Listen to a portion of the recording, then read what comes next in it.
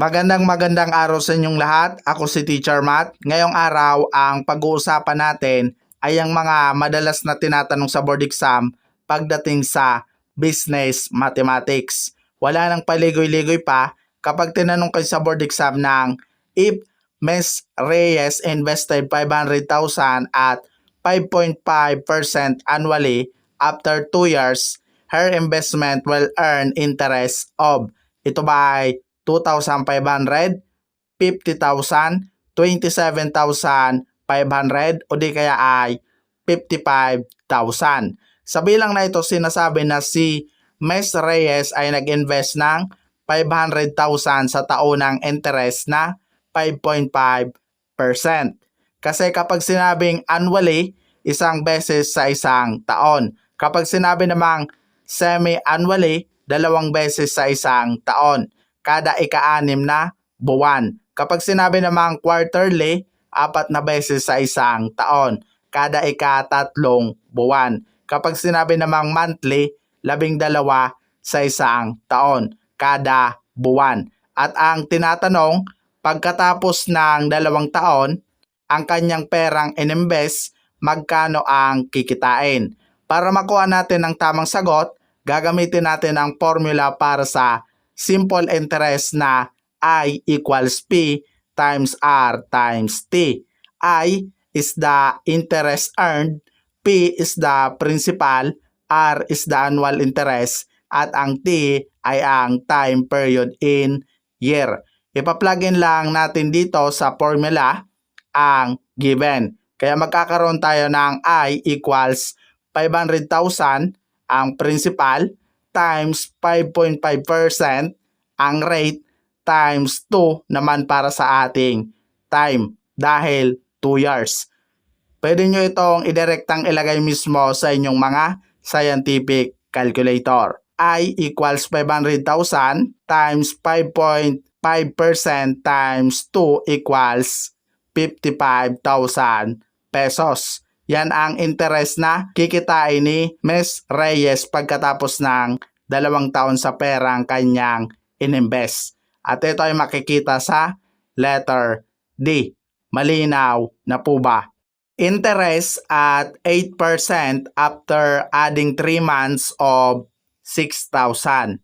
Ito ba ay 150, 120, 250 o di kaya ay 50? Para makuha natin ang tamang sagot, muli gagamitin natin ang simple interest formula na I equals P times R times T. Ipa-plug in lang natin ang given. Kaya magkakaroon tayo ng I equals 6,000 ang ating principal times 8% ang ating rate at 3/12 ang ating time. Pwede nyo itong idirekta na ilagay mismo sa inyong mga scientific calculator. Ang I equals 6,000 times 8% times 3/12 equals to 120 pesos. At ito ay makikita sa letter B. Malinaw na po ba? Bukod sa simple interest, madalas ding tinatanong ang total amount due sa board exam. The total amount due of 20,000 which has invested for 5 years at 10% annual interest is, ito ba ay 5,000, 26,000, 30,000 o di kaya ay 10,000? Para makuha natin ang total amount due ng 20,000 sa taon ng interest na 10%, una gagamitin muna natin ang simple interest formula na I equals P times R times T. Ipa-plug in lang natin dito ang given. Kaya magkakaroon tayo ng I equals 20,000 times 10% times 5 equals to 10,000. Pagkatapos, kukunin na natin ang total amount due. Ang formula natin para sa amount due ay A equals P, ang ating principal, plus I, ang ating accumulated interest naman. Ipa-plug in lang natin dito ang given sa formula. Kaya magkakaroon tayo ng A equals 20,000 plus 10,000 equals to 30,000. At ito ay makikita sa letter C. Malinaw na po ba? What is the amount due on 8,000 pesos after adding the annual interest of 9%? Ito ba ay 11,720, 9,720, 8,720 o di kaya ay 9,020? Para makuha natin ulit ang total amount due ng 8,000 pesos sa taonang interest na 9%, una, gagamitin muna natin ang simple interest formula na I equals P times R times T. Ipa-plug in lang natin dito ang given kaya magkakaroon tayo ng I equals 8,000 times 9% times 1 equals to 720. Pagkatapos, kukunin na natin ang total amount due. Ang formula natin para makuha ang amount due ay A equals P, ang ating principal, plus I, ang ating accumulated interest naman. Ipa-plug in lang natin dito ang given sa formula kaya magkakaroon tayo ng A equals 8,000 plus 720 equals to 8,720. At ito ay makikita sa letter C. Malinaw na po ba? Tinatanong din sa board exam ang compound interest. Mr. Cruz deposit 4,000 into an account paying 6% annual interest compounded quarterly. How much money will be in the account after 5 years? Ito ba ay 5,387.42, 5,873.42, 5,378.42 o di kaya ay 5,738.42. Sa bilang na ito sinasabi na si Mr. Cruz ay nagdeposito ng 4,000 pesos sa isang account na nagbibigay ng 6% na taunang interest na kwenta ng quarterly.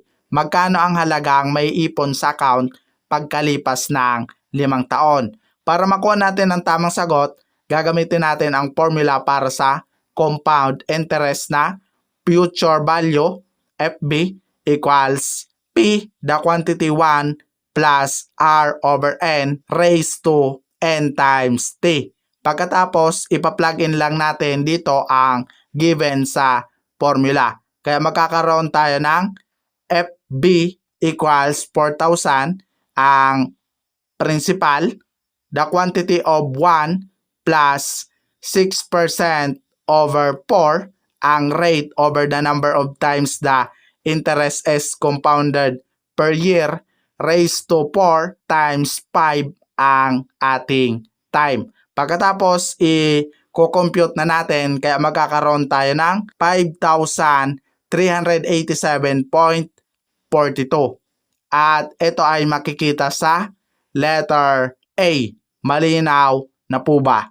Miss Castro deposit 6,500 into an account paying 8% annual interest compounded monthly. How much money will be in the account after 7 years? Ito ba ay 11,583.24, 11,358.24, 1,158.24 o di kaya ay 11,385.24.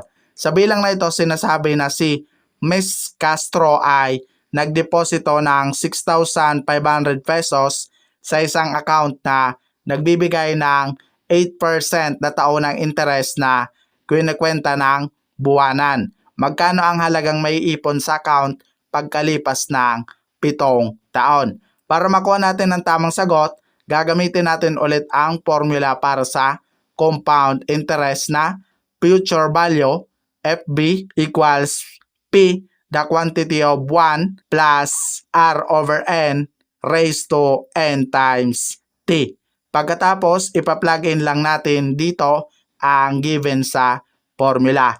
Kaya magkakaroon tayo ng FB equals 6,500 ang ating principal. The quantity of 1 plus 8% over 12 ang ating rate over the number of times the interest is compounded per year raised to 12 times 7 ang ating time.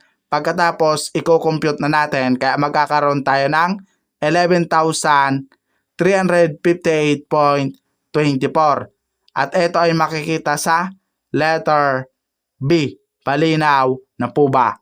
Pag-usapan naman natin ang percentage, kung saan madalas din itong tinatanong sa board exam. A company supervisor had incurred the following expenses in his trips to Bigan: 3,200 pesos, 2,800 pesos, 2,500 pesos, and 1,500 pesos. What percent of his monthly budget of 40,000 pesos did he spend for his trip? Ito ba ay 25%, 30%, 20% o di kaya ay 35%? Para makuha natin ang tamang sagot sa bilang na ito, una, kailangan nating i-calculate ang total expenses muna.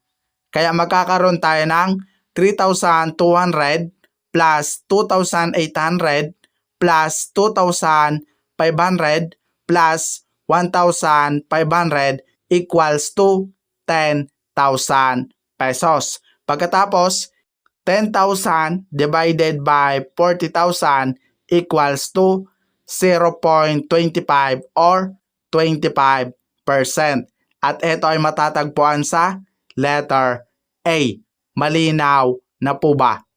Miss Mondragon has a budget of 50,000 for out-of-town assignments on a particular trip. To the Palawan is spent 10,000 for food, 15,000 for transportation, and 20,000 for hotel accommodation. For this trip, she spent blank from her monthly budget. Ito ba ay 0.6, 0.75, 0.85 o di kaya ay 0.9? Para makuha natin ang tamang sagot sa bilang na ito, muli, kailangan natin na i-calculate muna ang total expenses. Kaya magkakaroon tayo ng 10,000 plus 15,000 plus 20,000 equals to 45,000. Pagkatapos, 45,000 divided by 50,000 equals to 0.9 or 90%. At ito ay matatagpuan sa letter D. Malinaw na po ba? Madalas din na may tinatanong pagdating sa discount. Skyway Company manufacturers tables and chairs. It is catalog around table is priced at 6,000 less 15%. What will Catherine have to pay for the round table? Ito ba ay 5,100, 5,300, 5,000 o di kaya ay 5,250? Magkano na lang nga ba ang babayaran ni Catherine kapag ang original price ay binawasan ng 15%? Ang gagawin nyo lang dyan ay i-multiply mo ang 15% sa 6,000 kung saan equal to 900. Pagkatapos mong makuha ang 15% ng 6,000, isusubtract mo ito sa original price. Kaya magkakaroon tayo ng 6,000 minus 900 equals to 5,100. At ito ay matatagpuan sa letter A. Malinaw na po ba? A bottle of perfume costs 10,000. If a discount of 10% is given, bottle of perfume will cost. Ito ba ay 9,000, 8,000, 5,000 o di kaya ay 1,000? Magkano na nga lang ba ang halaga ng isang bote ng pabango kapag ang original price ay binawasan ng 10%? Ang gagawin nyo lang dyan ay imomultiply mo ang 10% sa 10,000 kung saan equal to 1,000. Pagkatapos mong makuha ang 10% ng 10,000, isusubtract mo ito sa original price. Kaya magkakaroon tayo ng 10,000 minus 1,000 equals to 9,000. At ito ay matatagpuan sa letter A. Malinaw na po ba? Pag-usapan naman natin ang ilan sa mga madalas na tinatanong sa board exam pagdating sa the use of technology in mathematics teaching and learning. Teacher Crosita is a constructive teacher who allows her students to use technology tools to achieve outcomes. Ito ba ay adaptation, adoption, entry, o di kaya ay impusion? Para makuha natin ang tamang sagot sa bilang na ito, alamin muna natin ang levels of technology integration matrix. Mayroon tayong 5 levels. Ito ay ang entry, adoption, adaptation, impusion at transformation. Kapag sinabi na entry, si teacher lang ang gumagamit ng technology. Kapag sinabi naman na adoption, ginaguide o dinidemo na ni teacher kung paano gamitin ang technology tools, tinuturo kung paano gamitin. Kapag sinabi naman na adaptation, hinahayaan na ni teacher na gamitin ang technology tools. Pinapahawak o pinapagamit na ni teacher. Pero si teacher pa rin ang namimili kung anong technology tools ang gagamitin o pipiliin ng estudyante. Kapag sinabi naman na impusion, may karapatan na namamili ng gustong gamitin na technology tools ang mga mag-aaral para sa kanilang pag-aaral. Wala nang restriction.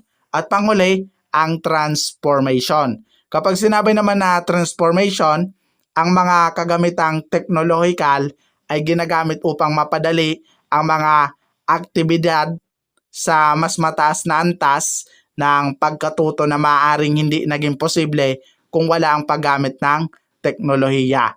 Ngayon, balikan natin ang katanungan kung anong levels of technology ang ipinakita. Sinasabi na pinahintulutan ni Teacher Crosita ang kanyang mga mag-aaral na gumamit ng mga kagamitang pang-teknolohiya. Ang tamang sagot ay ang letter D, impusion. Dahil sa level na ito ay may kalayaan ang mga mag-aaral na gumamit ng technology tools. Walang restriction. Malinaw na po ba? What is the role of gamification in mathematics? Ito ba ito replace traditional assessment with video games? To engage students in game design principles in learning activities? To limit creativity in problem solving? O di kaya ito decrease students' motivation in learning mathematics? Ano nga ba ang ginagampanan ng gamification sa mathematics? Kung mapapansin nyo, ang mga ibinigay na pagpipilian, ang letter A, C at D ay lahat negative dahil hindi ito ang ginagampanan ng gamification. At tanging letter B lamang ang may positive role of gamification in mathematics, kung saan ito ang tamang sagot sa bilang na ito. Tandaan na sa board exam, hindi lahat ng itatanong ay na-review mo. Merong mga tanong na common sense lang at test-taking skills ay makukuha mo na ang sagot. Makikita mo mismo ang sagot sa pagpipilian. May mga clue words na kailangan mo lang tukuyin. Halimbawa, netong letter A, C at D. Ang mga negative words ay ang replace, limits, at decrease. Yan ang mga negative words. Malinaw na po ba? How does gamification improve students' learning in mathematics? Paano napapabuti ng gamification ng pagkatuto ng mga mag-aaral sa matematika? Ito ba ay sa pamamagitan ng pagsasagawa ng hindi gaanong mahigpit na pagsusuri? Sa pamamagitan ng pagtuon lamang sa isang pagsasaulo? Sa pamamagitan ng pagbabawas sa pangangailangan para sa pagtutulungan? O di kaya ay sa pamamagitan ng paglikha ng competitive environment na nagpapahusay sa pakikipag-ugnayan. Ang tamang sagot ay ang letter D. Napapabuti ng gamification ng pagkatuto ng mga mag-aaral sa matematika sa pamamagitan ng paglikha ng competitive environment na nagpapahusay sa pakikipag-ugnayan. Malinaw na po ba? How can mobile apps facilitate differentiated learning in mathematics? Paano nga ba mapapadali ng mga mobile app ang differentiated learning sa mathematics? Ito ba ay sa pamamagitan ng pagbibigay ng parehong nilalaman para sa lahat ng mga mag-aaral? By allowing personalized learning paths based on student performance? Sa pamamagitan ng pagbabawas ng access sa mga advanced na paksa o di kaya ay sa pamamagitan ng pagpapakomplikado ng pagpaplano ng aralin? Ang tamang sagot ay ang letter B. Mapapadali ng mga mobile app ang differentiated learning sa mathematics by allowing personalized learning paths based on student performance. Malinaw na po ba? Which of the following is the function of Desmos? Ito ba ay coding, word processing, graphing, o di kaya ay computing? Ano nga ba ang pangunahing ginagampanan ng Desmos? Ang tamang sagot ay ang letter C. Graphing is the function of Desmos.